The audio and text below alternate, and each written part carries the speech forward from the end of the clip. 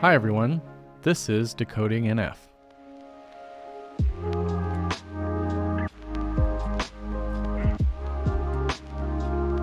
My guest today is John Manth.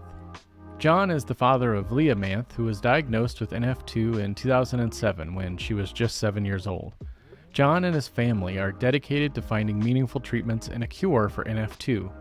John is the current president of the Board of Directors for the NF Network, as well as chairman of the Board of Directors for NF Northeast. John has previously served on the Board of Directors for NF2 Biosolutions, as well as Advocure NF2.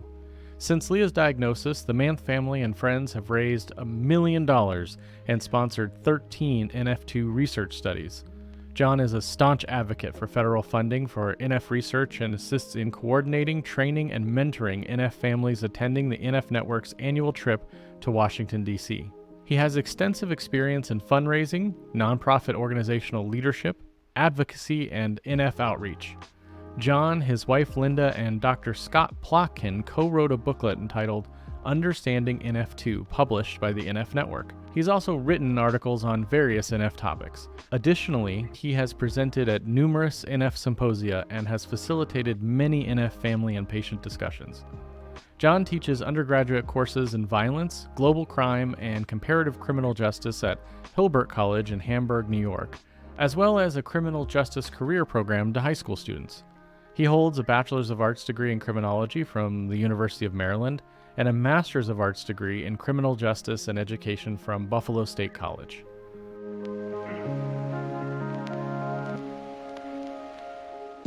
Prior to this discussion, I hadn't really considered a lot of the details related to service dogs that John and I talk about in this interview, so I think there's a lot of great information, and I hope there's a little something for everyone here.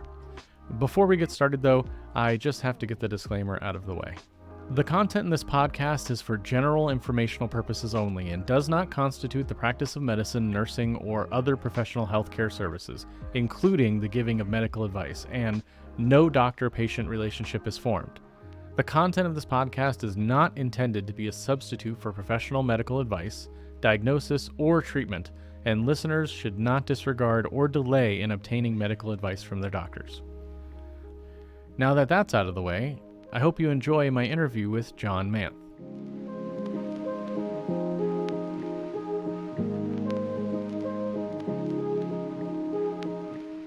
Welcome, John. Thanks for taking the time. Thank you.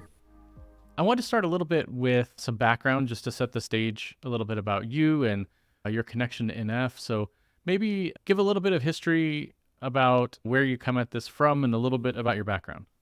Sure. My daughter Leah was diagnosed 17 years ago when she was age 7 with Neurofibromatosis Type 2.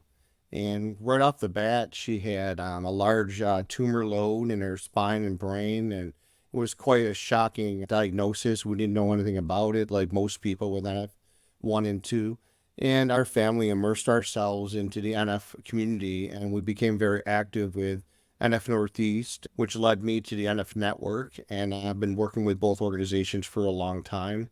And my daughter is now 24 years old and been living with NF for 17 years. Wow. And maybe talk a little bit from the perspective of when you first started to get the idea about maybe using a service dog with Leah. Yeah, so what happened was, for those of you who don't know how NF2 affects your hearing, is the telltale symptom of NF2 is that you get bilateral vestibular schwannomas. So these are tumors that are on a cluster of nerves that is your balance nerve and your cochlea, your hearing nerve, and your facial nerve, and there's a couple other things in there. And because these tumors, as they grow, they suffocate the nerve. And about 95% of people with NF type 2 will become deaf in their lifetime. So when Leah was in high school, she had one of the VSs on her left side removed and became deaf. We had to go out to Los Angeles, had a tumor taken out, and her other tumor was consistently growing. And we were told that she will be deaf probably within 2 years. So she was probably, I would say 17 then. So we started looking for things. We're going to learn sign language. She needs to learn lip reading. What devices can we use? And we happened to go to an NF symposium in Michigan, and we heard a woman speak who had a service dog. And it was really life-changing for Leah. She was very excited about it. And we started looking at the possibilities of having a service dog to help her with hearing and balance. So that's what we did. That's how the process got started. So the primary disabilities that a service dog helps with in her case is for the vestibular problems with her balance. How does and it's Dasher. Yes, got to introduce Dasher. I wish he was here. He goes to work with Leah, so they're at work right now. But yeah, I can tell you all about Dasher. We could spend an hour talking about him. He's part of the family. Yeah, no, it's okay. I'll a guest page about Dasher on the website, so we can get his bio in there and everything. There you go. So what he does is at night, so when you lose your vestibular system, your balance system, your eyes take over for that. And people with NF2, they lose that balance system at a very slow but consistent rate, and it gives their body a chance. The problem is when you take away your sight, like at night, your balance gets a lot worse. So I can see Leah walking fairly normal during the daytime, and at night you would think she was drunk. That's how I can describe she walks. She walks like she's falling down. So what Dasher does is he has a special vest, and he's about a 90-pound golden lab that she has a hand on. She can lean on him, and he's really good at night. He knows he walks closer to her. If they're walking somewhere and there's a curb, he stops and lets her know there's a curb and all this stuff. So it's pretty cool. He's trained very well. And the hearing part of it, he is there for emergencies. The everyday stuff, like if you were to come over, Shane, and ring my doorbell, I would hear you and come get the door. But Leah wouldn't hear that. Dasher would hear it though. He would go to her and he would alert to her that the doorbell is ringing. He has different alerts for different things. And then she would go answer the doorbell or her cell phone. But with cell phone, she has vibration and stuff. Our smoke alarms, I'll set our smoke alarms off about once a month just to test him. And he goes right over to her right away, and he falls to the ground. And she knows that if there's a fire, you want to get low. So that's his signal to her. So it's really cool. And he, even to the point now, he rides in the back seat of her car. And if he hears a siren, he taps her on the shoulder. If he can reach her, he taps her on the shoulder so she knows I better pull over. There's an emergency vehicle behind me. So it's pretty cool. I want to circle back a little bit to the training process on both sides, both Leah and Dasher. But before, there's something I wanted to touch on that I think is just so interesting about neurofibromatosis in general. It's this note that you made about how the progression is slow enough to where the body kind of adapts, where she has adapted to it in a lot of ways. And it's amazing how that's the case, like across the board with NF1, especially in pediatric patients anyway, they're growing up. Like Gage's physical therapists are constantly surprised at his range of motion, considering how severe his scoliosis is. And nobody can really explain it because he has tumors all over his spine and all over his nerves. And a neurosurgeon looking at that would assume that he had significant loss of function below the waist pretty much, but he doesn't. He's fully mobile. And it's just so interesting. The best way they could explain it was just, it's slow moving. Yes. And so the body just adapts to it. And obviously there's a limit to that, as you find with vestibular schwannovas, of course, and there are limits to how much the body can adapt, but it's just amazing how much it adapts right up to that point. I couldn't agree more. I think a lot has to do, I believe, with the slow progression of the tumor growth. Unless it's having a growth spurt, most tumors in NF are fairly slow growing. I think it gives the body, which is an amazing thing in itself, a chance to work around some of those deficits. And I totally agree. She's amazed me through her life, what she's been able to do with spinal tumors and brain tumors, and still able to, in high school, run track and stuff like that. So yeah, I'm with you. It's cool. It's like a continual lesson not to let the disease define their capabilities and let them define their own capabilities. Throughout my life as a parent with him, I've learned to just let him define his capabilities. Let him do whatever he's going to do. He knows his limitations, or he'll find them quickly, and not to artificially place limitations or put the bumpers up on every activity. Because then what can happen is, what we never wanted to engender in our son is that he couldn't do something just because we told him it was a limitation that he had. We wanted That's him to right. kind of, and I think that is such an important thing because it's so scary as a parent with any of these diseases. It's such a scary thing. There are so many unknowns all the time. You can never know everything. And so there is this desire to just want to put them as much of a cocoon as you can. No, you're so right. You want to protect them, right? That's our job as Yeah. parents. But no, I think that what you just said is great advice for any parent of anyone who has any form of NF is let them still be a kid and Yeah. let them define themselves. That's great advice.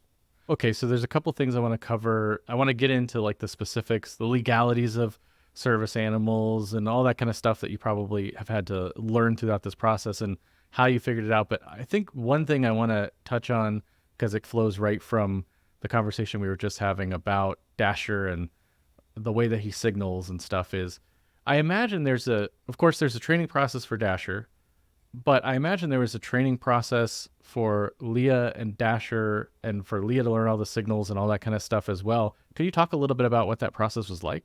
Absolutely. So we got Dasher from an organization called Four Paws for Ability.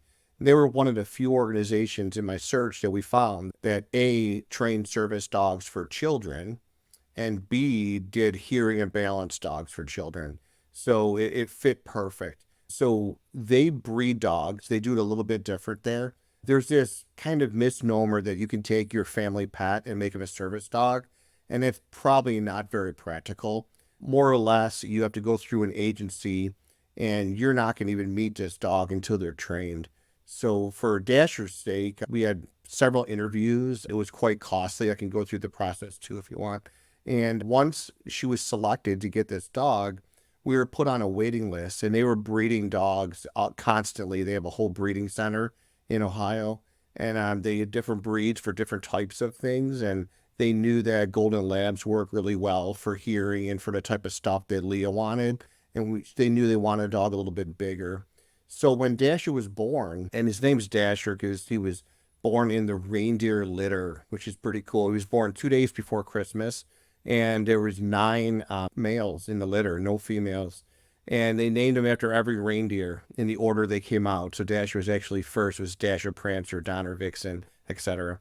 So when Dasher was born, they have a group of volunteers, and the first thing they do is they hold these animals, and they're constantly giving them human contact. I always say Dasher's a lot more human than he is animal. He's a dog snob. He can't stand dogs. They bark. They're mismannered, and it's hilarious watching him with other dogs. But you bring some people in the room, and he'll work the room like no one else. So he started getting trained right off the bat. It's a lot of obedience training. It's a lot of actually the potty training because you're a service dog.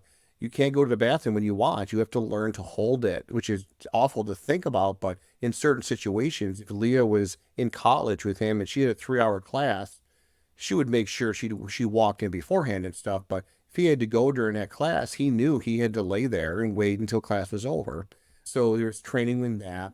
And then once they get done with that, they'll select the dog for the individual child's needs. And then they start doing the specific training. So for Dasher, it was a lot of that responding to the different sounds. And he had to affiliate the doorbells and the sirens and stuff like that. And there was a dog before Dasher, and when they were training him for the emergency vehicle sirens, he didn't like that sound and he did not respond well to it. So they had to give him to another child and start another dog, which was ended up being Dasher, into the training. So they're constantly trying to mold the correct dog with the correct person. So after about a year and a half, we got notified that she was assigned a dog, and we got an email actually from Dasher. It was really cute, and with a picture of him introducing himself and stuff. And we were scheduled for a 2-week training course, and at Four Paws, and it's in Xenia, Ohio, by Columbus.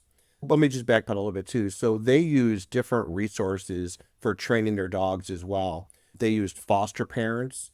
They actually had a foster parent because they knew Leah was going to go to college. They had a foster parent whose daughter was at the Ohio State University. So she took him for a semester and she had him in her dorm. So he was used to college life. So he was already set for that. They have a program where the dogs can go to one of the local prisons and get trained there. His obedience training was done at a prison. So I always said he did time as well. So he's lived quite a life. Um, so once all that's done, Leah and my wife Linda went to Xenia, Ohio for 2 full weeks of training. It was literally 14 straight days of training. And that's where they met him and they had to work with him and they had to pass a series of tests in order to bring him home. And after 3 or 4 days, they brought him to the hotel with them and he stayed at the hotel. But there was lots of stuff. They practiced all the different balance things and the different commands. Little stuff like they had to go to grocery stores and he had to learn to heel next to a shopping cart, which doesn't sound that hard, but when you think about bringing your pet in a grocery store and they're running around crazy, he can't do that. He's got to stay right next to her at the shopping cart and just walk really nice because she has to hold his leash and she has to hold a cart and she has to shop. Little things like that. They went to malls. They did a lot of outings in social settings. Once that was done, they passed and they were able to bring him home. And there's repetitive training all the time. We're constantly training him on some stuff because if you don't use it, you'll lose it, just like we do as humans. And she still is hearing in one ear, so she's still not using him 100% to his capacity. So I think he loses a lot of his training, and we'll go back and we'll do some training with him, especially with the smoke alarms and stuff like that. Now, when you say you go back and do training with him, is that just at home or is that with a trainer from the organization? So that's a great question. We do it at home with ourselves, but if we were struggling or he wasn't picking up on something, there's a trainer assigned to us, even though it's been 5, 6 years now, that we could always call and they could help us. We have to recertify him with the organization every year. We have to have reference letters saying she's using him to his capacity, veterinarian stuff. We can only feed him a certain type of food. So there's a lot of law. He's a very valuable animal. We paid $17,000 for him, and that was half of what it cost to train him and breed him. So he was a $34,000 dog when we got him. Wow. And so you paid half of it. What was the other half? Was that like through grants or Yeah, exactly. was that through the They organization? they get endowments, and the organization has people who will donate. And at the time we got them, they were only asking for 50%. Some years it's less than that. Some years it's more than that, depending on how much money they come in. It's a huge facility. It's actually amazing, the facility they have there for these dogs. And based upon what you know, is that pretty typical from a cost standpoint for a service animal like this, or is that on the higher end? It can vary. I think that's probably on the higher end, and that's because they breed their own dogs. A lot of places use rescue dogs. They used to use rescue dogs, and they said for every 10 rescue dogs, they'd get one service dog. And it was actually, they felt, costing them more money to try to screen out all these other dogs. And then they had to figure out what to do with all these other dogs. So it was difficult.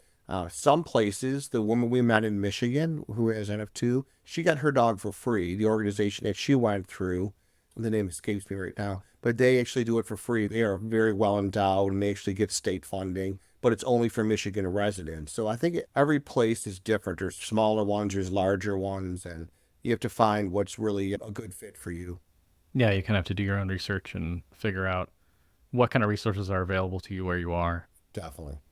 The next part of the process I wanted to talk about is the long-term outlook. You get this very expensive dog, and then you have to report back to this organization. Now, when you say you report back with like vet records and all this kind of stuff, is that just to the organization, or is that like a legal framework that you're under? It's actually a contract we have with the organization.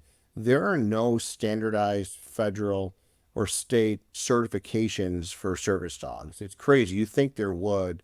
What they do is they fall underneath the ADA, the American Disabilities Act, and they govern where service dogs can go. We're lucky in the United States because the ADA has stated that service dogs can go anywhere where their handler goes, with two exceptions. And one exception is a government facility, which would be like a prison or sometimes certain hospitals, maybe. So a government facility has the option to say you can't bring them in. The other one actually is a place of worship, which I found interesting, that they have a right. Now, Having said that, Dasher's never been turned away from anywhere we've gone, with the exception of we went to University of Massachusetts gene therapy lab, and when they went and gave us the tour of the lab part, they just asked that Dasher stayed in the conference room just for the fact that he had hair and there was a lot of scientific stuff going on. So it wasn't anything about his behavior or anything like that. But we've really been lucky. Technically, according to ADA, they can only ask you two things. What does Dasher do for you? And I think that's the only thing they can ask you. What service does he provide for you? But they can't turn you away. We've had places try. We've had restaurants say no dogs. And we're always really nice and we're very calm and we educate them that this is a service dog. He has a vest on. Here's his certification from his organization. And by law, you really can't deny access. And you won't even know he's there. He's going to get underneath the table and he's going to sit there until we're done. And he's so well behaved, no one even knows he's there half the time. So it's fine. While we're on the topic of service dogs and the kind of the rules that regulate them and all that kind of stuff, I do want to touch on kind of differences between different trained dogs, but I just want to close the loop on kind of the long-term outlook. So from the organization that you got Dasher from, is it contractually stated for how long the expected kind of, not lifespan, but service? It's such a good question, Shane. I'm not sure what the right word is. No, you're right. At what point did we have to retire them? Because service, they've done their job. Career. That's right, their career. Because you got to remember, they're working dogs. They're like police dogs and drug dogs and arson dogs and stuff like that. They just happen to do another service. I think it's dog dependent and really what they're doing. The career expectations for visually impaired dogs is a lot shorter than what Dasher is because they are on all the time. And a person is blind, that dog is seeing for them every time they go outside or even inside. So I think the stress level for that dog is a lot harder than like Dasher, who spends long periods of time just laying there doing nothing until Leah needs him for something. And she, by the way, she's a social worker, so she uses him other capacities in her job, which has turned out to be like a really cool side effect of having him, as he comes in handy sometimes with some of the children she works with. Does she have to pay him like overtime for that type of thing? Yes, that's funny. Outside of his normal first. Yeah. So she works with foster kids, and the agency that hired her, I said they should have paid more, but they didn't. But they did give him his own cubicle and a bed, and they provide treats for him. So that's his benefits. That's great. But I guess to go back to, do they give you a feel for what they really career didn't. is? Dasher's breed, the Golden Labs, they end up having a lot of joint issues and arthritis. I think that's when we would have to look at, can he still get in and out of the cars is easy and things of that nature. But we really don't have a time frame. And I wasn't there for the training, so they might have said something to my wife and daughter at the training, but we've already had him. I mean, he's going to be 7 now. We've had him over 5.5 years. Hopefully we have him for a long time. And he's ours even when we retire him from his job, too. That was going to be my next question. Yeah, does he become a pet after he's kind of retired? For sure. And with all service dogs, they're a pet in addition. That's really cool, is that when they're not working, they're just your pet. And a lot of them, it's the vest. If you take the vest off and they know they're not working, with Dasher, he doesn't even need the vest to know if he's working. If she walks outside at night to take the garbage out and he's with her, he's right next to her. He doesn't care if he has his vest on. He knows it's dark. She's got balance issues. I need to do something here. So it's funny. He looks out for her all the time. He watches her constantly. It drives her nuts.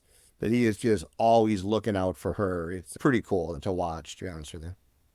Do you need to go back for training with the organization as Leah's needs evolves? So he's been trained to not just take care of her for what she needs right now, but of course anticipating maybe more hearing issues or maybe more balance issues from what you said before. For sure. Do you touch up his training then? Or is that kind of what you're talking about with constantly? Think the touch up part we would do ourselves.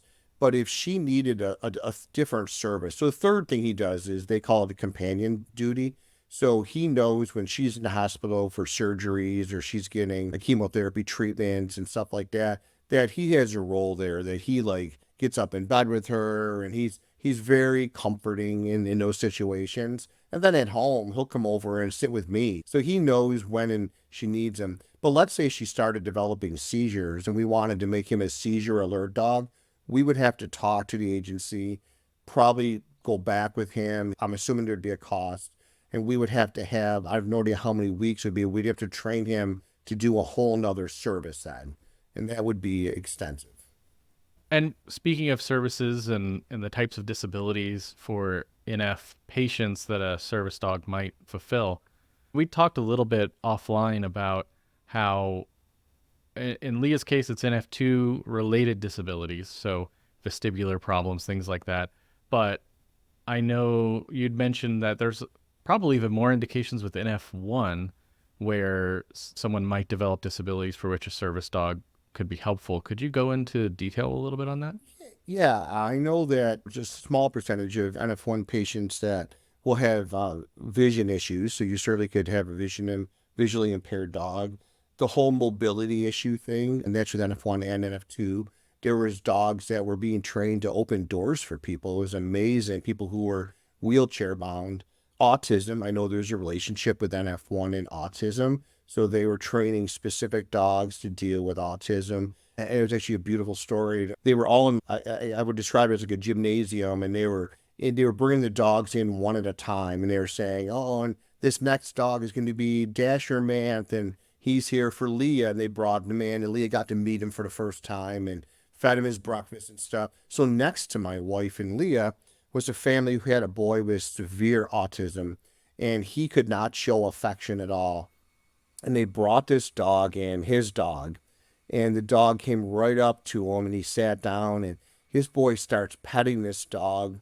And within 15 minutes, he was hugging the dog and laying on the floor with him.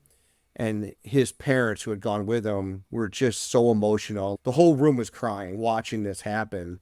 And that's the kind of magic that these dogs do. And my wife has followed up with them a little bit, and it's made him more affectionate. He has a comfort zone now, and he's better socially and stuff. I mean, he still has autism. He has severe autism. But this dog fulfills a certain need in there that was profound, and the family said it's been life-changing for them.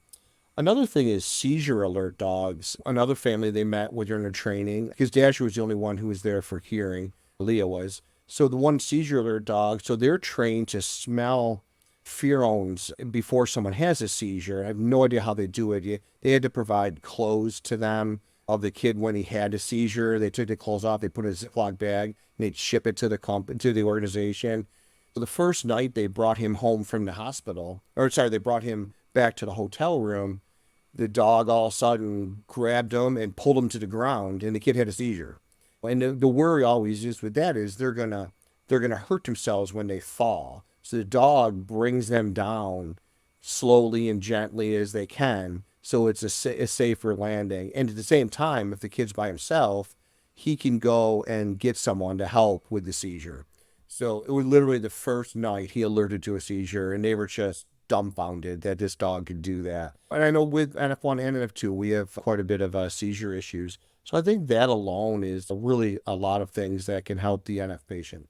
Yeah, that makes a lot of sense. So let's talk a little bit about the different kinds of dogs that can be trained this way. What's the difference between a service dog and another kind of working dog, and how are they differentiated, and why is that important? Yeah, so I think it's really important because people just see a dog with a vest on and they don't know what it is. And people are bringing birds to airports and stuff like that. So we'll start with the service dog. So they're specifically trained to perform a task to mitigate a handler's disability.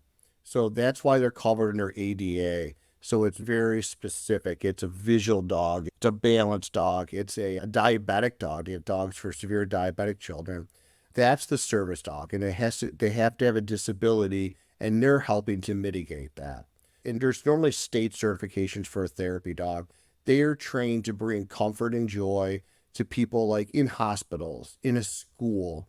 They'll bring them into colleges during final exam week, and the students can pet the dogs and relax and stuff. So they help with a lot of stuff. So they're in like a caring environment.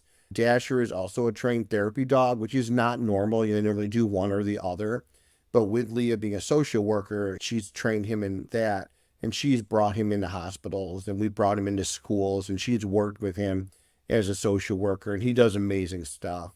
And then you have emotional support dogs. And they provide support and emotional comfort to their handler who has generally a form of mental illness. It normally is anxiety, but it doesn't have to be. I've seen incredible videos of people who were in an airport and they're about to get on an airplane and they're just having a severe anxiety attack. And these dogs are amazing. They pick up on it. They come right over. They love the person. They put their paws on their shoulders so you can hug them. And it is really amazing. But the only one covered under ADA and that you can bring pretty much anywhere is the service dog. So, like the emotional support animals, stuff like that, those are not protected in the same way that a service dog is specifically under the ADA. That is correct. In the therapy dogs, you generally would have to ask permission to bring them into wherever you're bringing them in. And a good example is our local children's hospital here. Leah's on a list, and I can bring Dasher in too. And we can sign up and we can go do a 3-hour shift and take him around to different rooms and stuff like that. But she's using more in schools because that's where she did a lot of her field training. So, speaking of kind of the ADA and the law around service dogs, has Leah ever traveled internationally with Dasher? Do you run into issues in other countries? How does the mosaic of rules in other places apply for service animals, at least in your experience? So we live 15 minutes from the Canadian border. So we've taken him to Canada quite a bit on vacations and trips. And we have found that they pretty much have the same laws in Canada as they do in the United States. So we've had no problems. We were actually just at a restaurant in Canada Saturday night. I called beforehand just to make sure. I said my daughter is a service dog. We're from the United States. And she says, oh, we totally accept all service dogs. So we always ask, and we've never been turned away. That's the only country that we've ever been to with him, just because traveling long distances is really tough with an animal. They have to sometimes be in the cargo hall and stuff like that, and we would never want to do that. He flies on short flights with her. He's gone to Washington, D.C. to do advocacy work. He goes to Boston to all her appointments, and they generally put her in a seat that has like the bulkhead seat, and he just lays in front of her. He just sits there and flirts with people, to be honest with you, on the airplane. And we never had a problem. We get on first normally, and then we'll wait to get him off after people leave, just so we're not a burden. But he's fine. He adapts to every situation. I feel like we've covered the topic pretty well. Is there anything you feel like maybe I missed, or anything else that you want to specifically highlight, either about Dasher or just service dogs in general? I think one thing, because we just did this presentation, Leah, Linda, and I did it at the Boston Symposium at Boston Children's Hospital. And when we got put on the agenda, I think about 15 people signed up who wanted to get a service dog for their child with NF1 or NF2. And one of the things that we spoke to a lot about afterwards is we call it the reality check. So the reality check is that this dog is going to go with you everywhere you go 24/7 forever. Now, can you leave him home? You can, but that's not the purpose, especially if he's helping you with a disability. I mean, there are days when Leah leaves him home from work and he gets a day off and stuff like that. And that can be very taxing on the child. And now Leah's an adult now, she's 24. So the family does have to take on a little bit more. You have to remember, I got to bring water with me, and we're going to be going to a restaurant, and we'll be there during his dinner time, so we have to bring dinner. So all these things that with your normal pet, you don't even have to worry about. We literally have like a little diaper bag that we take with him. We call it his diaper bag like you would with a toddler that has stuff in there for him. So there is that reality check.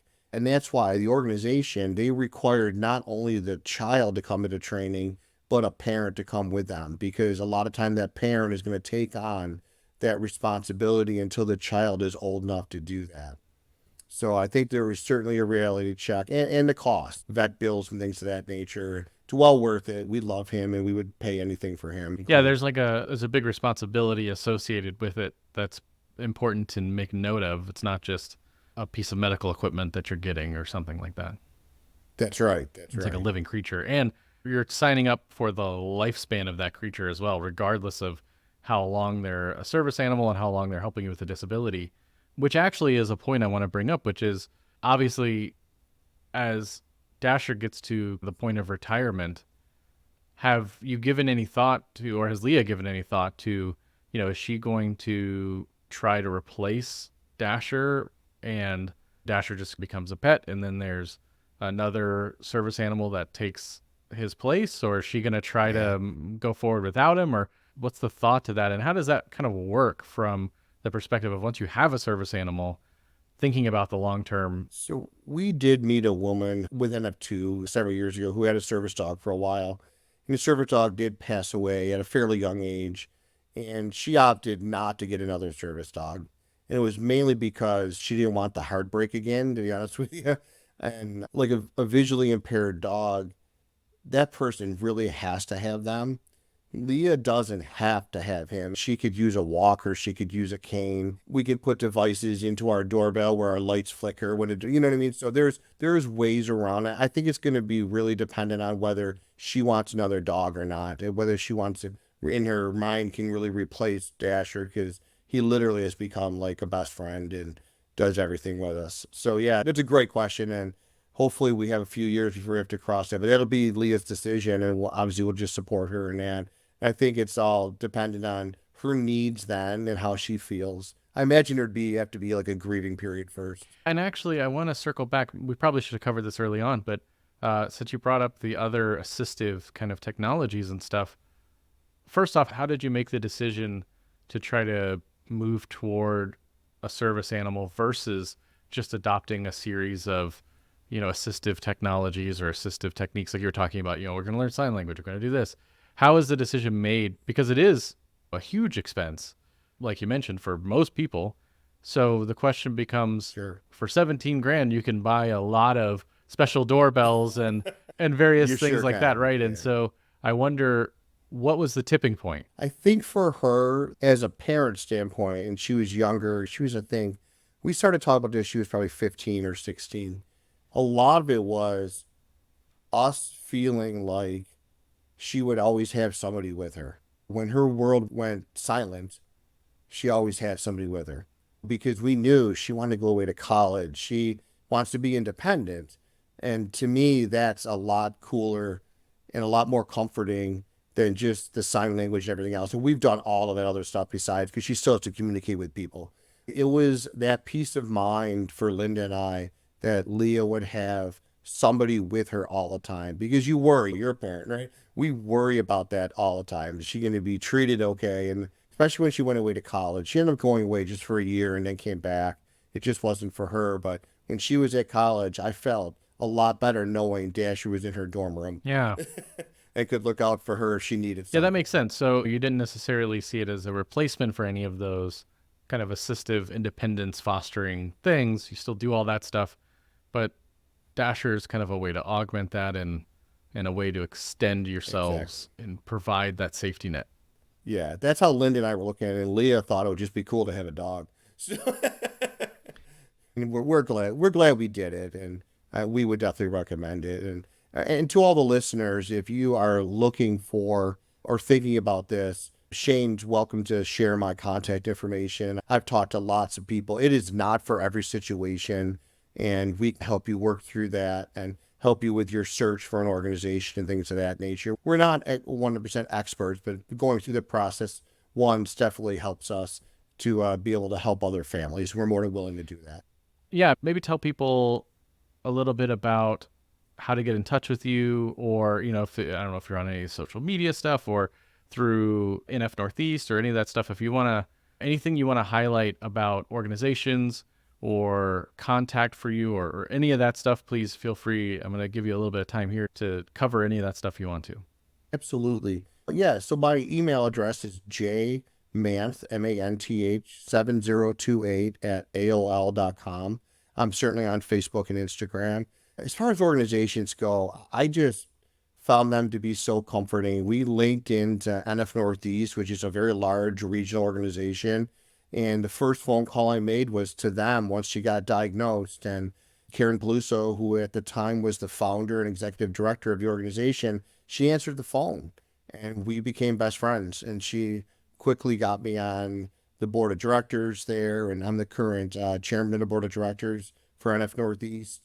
And we did a lot of fundraising. My family raised close to $1 million for NF2 research, and we're incredibly involved in the advocacy efforts, trying to get federal funding for neurofibromatosis research. And through that, I met Kim Bischoff and the NF Network and been working with them for about 15 years now. And I'm the current board president for NF Network and very involved in their advocacy efforts. I do all their NF2 outreach work. So if you're struggling in the NF2 world, they're going to give you my contact information and we'll set up a phone call. And I help families with trying to find providers and doctors for specific tumors, even surgical things. And so we just do everything we can in that venue. And then we have other people like Shane. He helps with families that need help with NF1. So we try to provide services for people. And I think if you are listening to this and you have a child or yourself has NF, to link yourself to an organization, any organization, is smart. It really is. It's smart. It's going to give you people to talk to, a sounding board, and it's going to allow you to be involved in the community. And there are organizations all over the country. Last time I counted, there's like 25 NF organizations, probably 30 now. And I think that Shane or I can help you find one close to you. And I think it's a really smart thing to do and get involved. So there's power in numbers, and we need people to send emails to their congressmen, and we need people to have spaghetti dinners and raise money and things of that nature. So the more people we have getting involved, the faster we're going to proceed with helping people with NF. Yeah, absolutely. And I'll make sure that if you send me your social media links or any kind of contact stuff, that it's part of your guest profile on the website. So if you're hearing this on your podcast app or if you're watching it on YouTube, if you just click through or go to decodingnf.com, you can go to the show notes page for this episode, and right down at the bottom, you'll see John Manth there with his contact info, and you can click him, read his bio, all that kind of stuff if you want to get connected from there. And with that, I just want to thank you for taking the time to do this interview, and it's really appreciated. I just wanted to thank you for having me. It's been a lot of fun. My first podcast, so it was fun doing it. I hope that people found it informative. And like I said, if you need more information, reach out and we'll certainly help you in any way we can. Great. Thank you so much. You're very welcome.